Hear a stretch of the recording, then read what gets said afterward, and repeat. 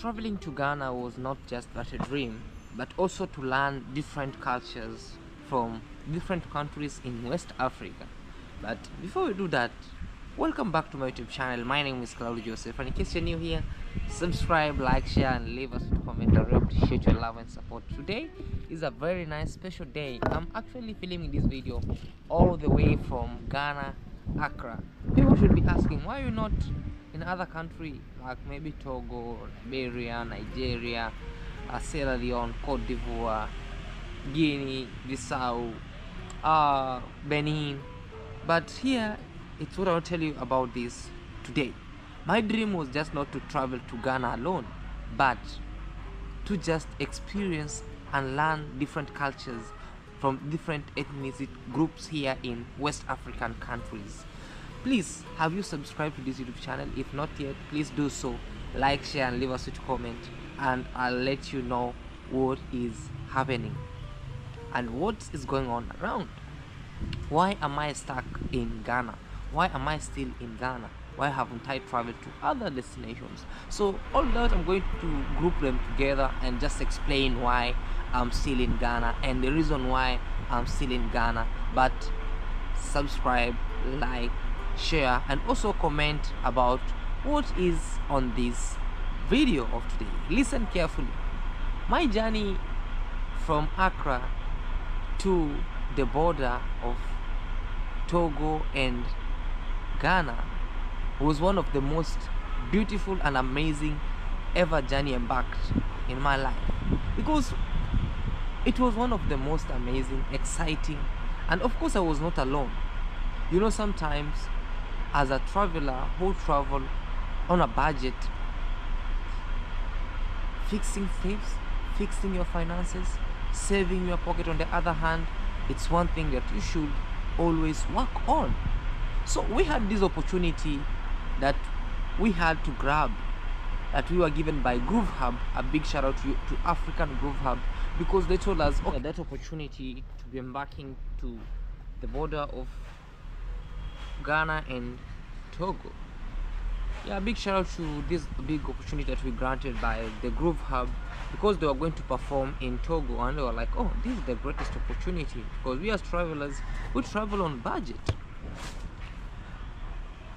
Traveling by air could be expensive, so we decided, because over here in West Africa, as a traveler, you need to save by traveling by land, because each country are just near each other over here. So we were like, okay, it's a good opportunity, we can just cruise through these. As we were on the road, we had to learn different or lost cultures, as you see. Yes guys, it could be very shameful if I could have traveled all the way from Ghana to this other end without sharing with you what do Ghanaians use to eat fufu. So here I'm with my friend over here, and people will be saying, oh, fufu is served in plates, fufu is served on bowls. No, let me share with our friend, because today we met over here some porcelain, nice pots and other stuffs. Our friend here, Mr. Engineer Vigo, on the other side, African Groove, can just share with us over here. So introduce yourself. Yeah, so I'm Engineer Viglo on every platform. Yeah, usually fufu, the locally made fufu used to be served in pots made of clay. Clay? Yeah, very black, yeah. Okay. So it's baked clay. They mold it, then they bake it in an oven. In an oven? Yeah, so it becomes hard and then it conserves the heat. Okay. Yeah, so you'll see them. I have to take you to a local fufu, but absolutely, not the very... So this is how ceramics started. You know, these are actually ceramics. So whatever you buy from China, say ceramic bowls, it's made from clay, and then they just put a white foam around it. Okay. So this is the original ceramic bowls, African ceramic bowls. Let's go see African ceramic bowls. Let's come and check them. Yes. Yeah, so we have different of them. They look like metal, man.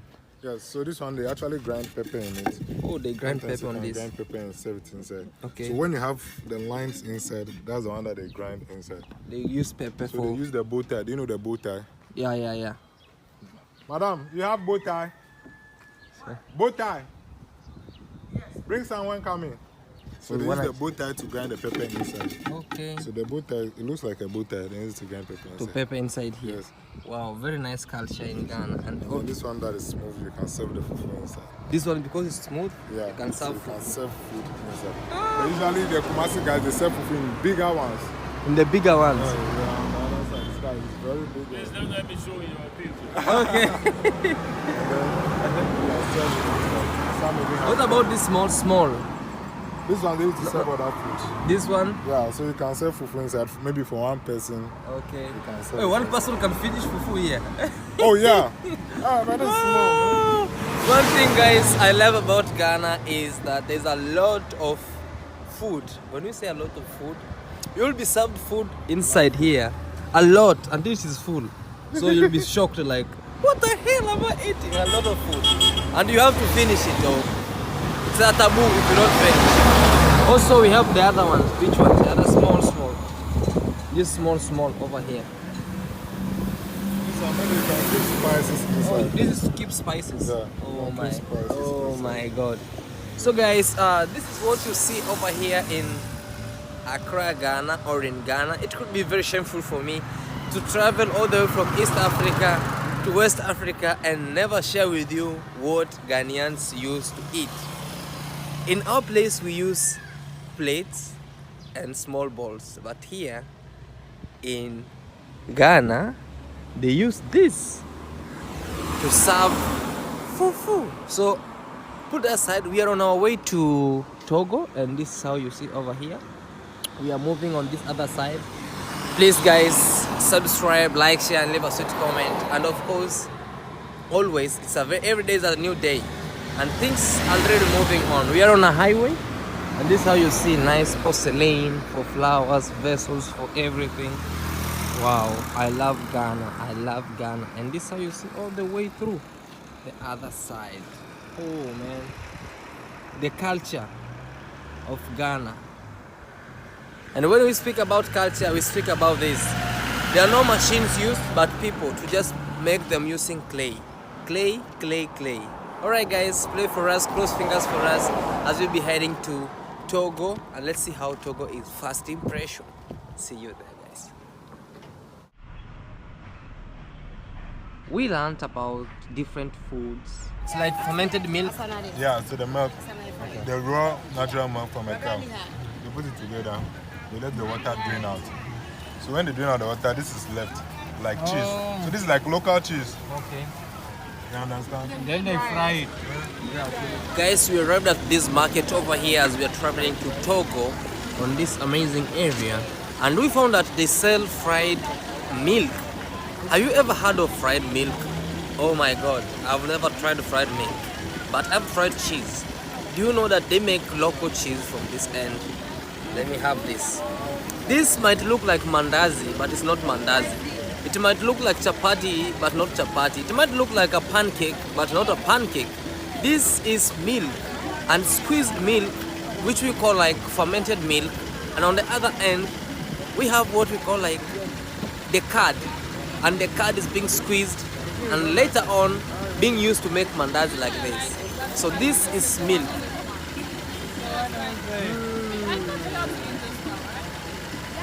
Very sweet and yummy. Oh my god.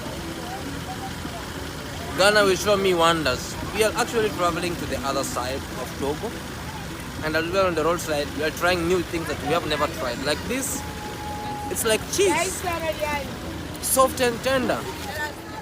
Woo.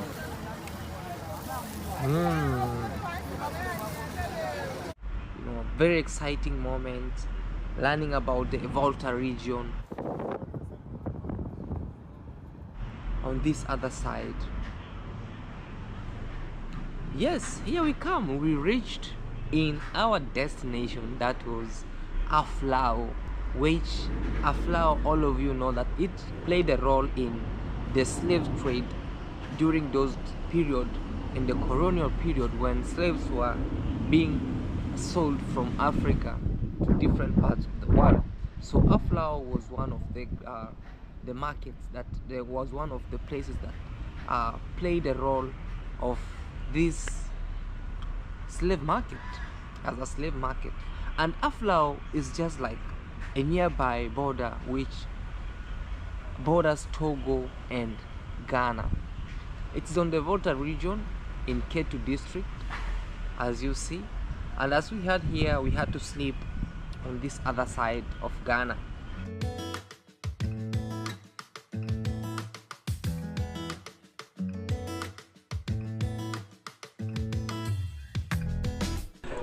Oh, we can draw these butterflies also over here. Yeah, there's butterflies in my stomach. Okay, can I check your room? Yeah. Okay. It's a bit messy, but No, don't worry. Guys, this is the first room where our friend is. As I told you, you can just imagine from this end. The wall, is it even a wallpaper? No, man. What do you think about this? This is molded by the Mr. Gasto himself. Gasto himself, yeah. Yeah, he molded it. He had the mold here. So this is bricks. Wow. Yeah. One of the most beautiful hotel over there on Aflao, where the owner is an artist. He calls himself the king of art. Gasto Rainbow. Yeah. In other African way, they always say, build your own legacy so that even if you die, the legacy will keep on running in you.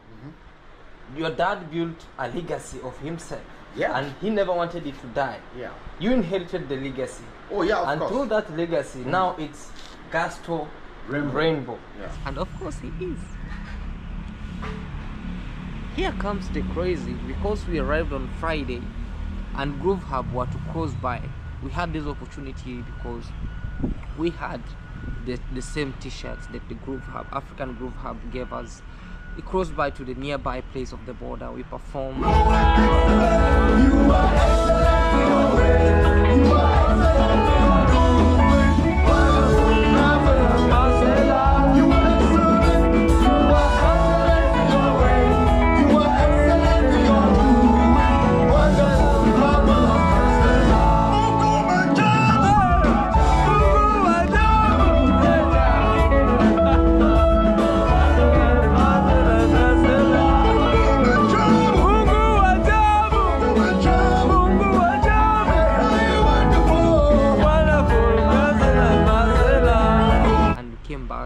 On that Friday, we slept on in Ghana because we couldn't have been granted a visa because it was on a Friday, and most of the people or most of the immigration officers knock out of the offices during this time. So we had to wait on Friday night.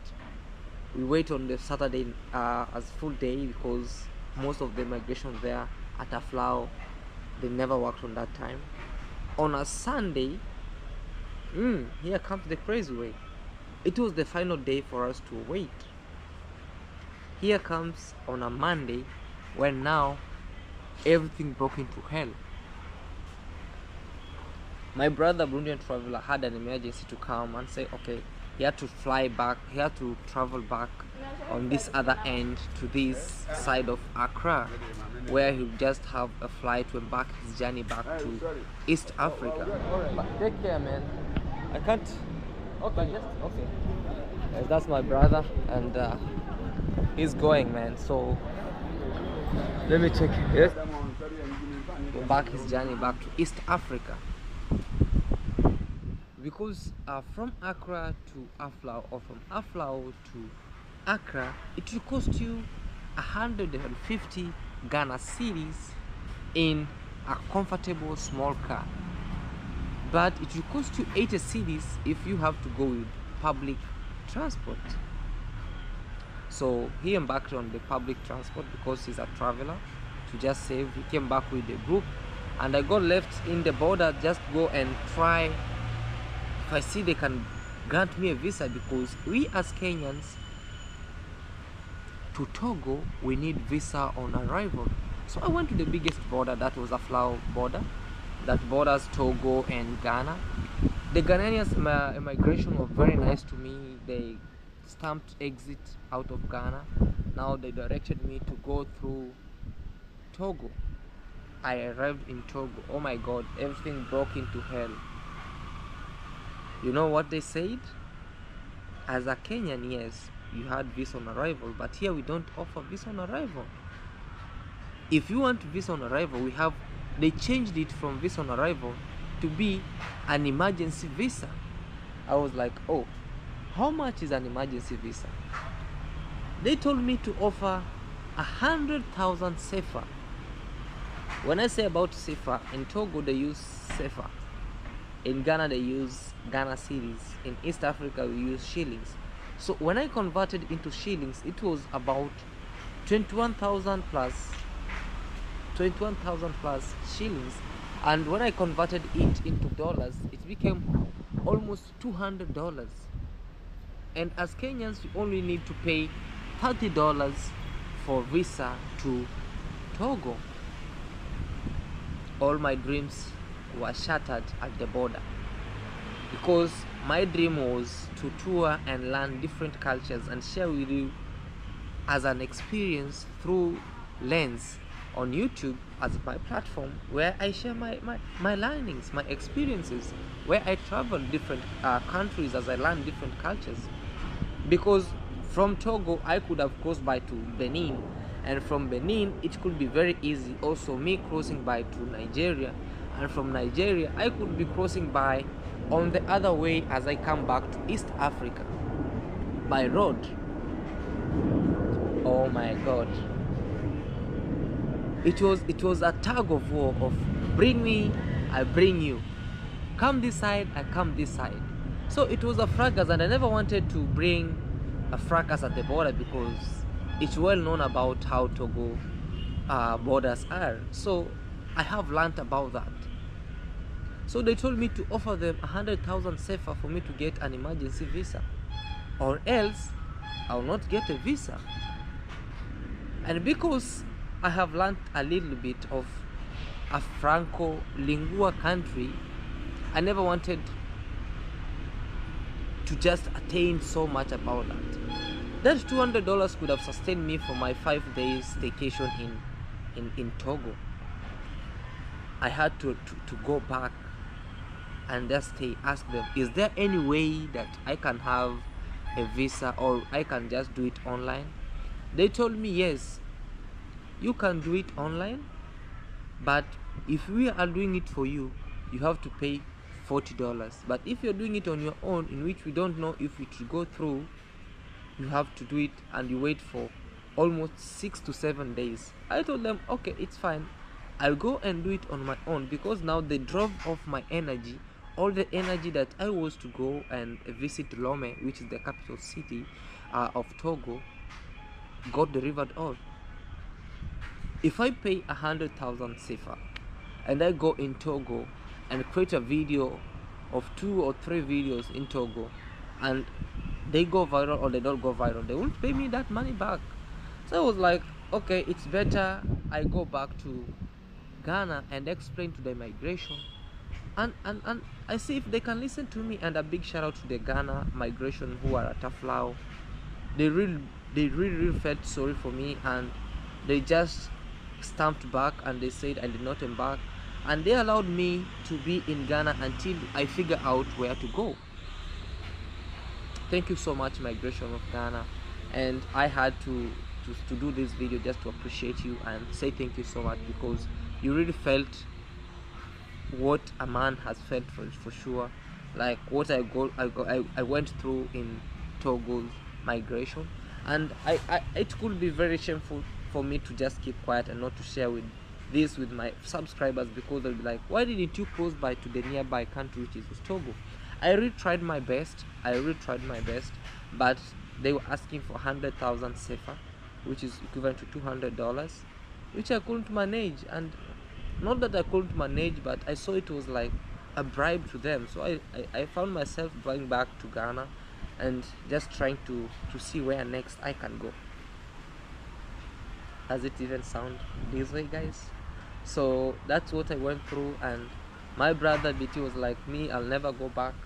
So yeah, and much thanks to Groove Hub, because they granted us this opportunity to be with them in their car for us to save, so that we can travel there and just experience how Togo will be. But we never managed to be in the main city to just experience these stamps. So yeah guys, thank you so much. And for those who are watching this video is not like to bring down Togo, but it's also to educate those travelers, not only travelers but everyone who's watching this video. If you need to travel through Accra to Aflao and to Togo, know very well that you have to prepare yourself mind wise, physically, pocket wise, financially, and also you need to have a heart to bear what we call like all the struggles in the Togo border.